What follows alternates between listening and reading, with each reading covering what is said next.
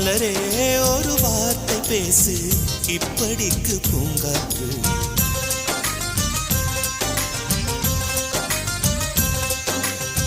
காற்று வந்து காது கடித்தும் இன்னும் என்ன மௌனமோ, மோதி வந்து முத்தம் இட்டால் மௌனம் தீருமோ. அச்சம் தான் உன்னாடையோ, வெட்கம் தான் உந்தானையோ, மௌனம் தான் உன் வேலியோ, செம்பு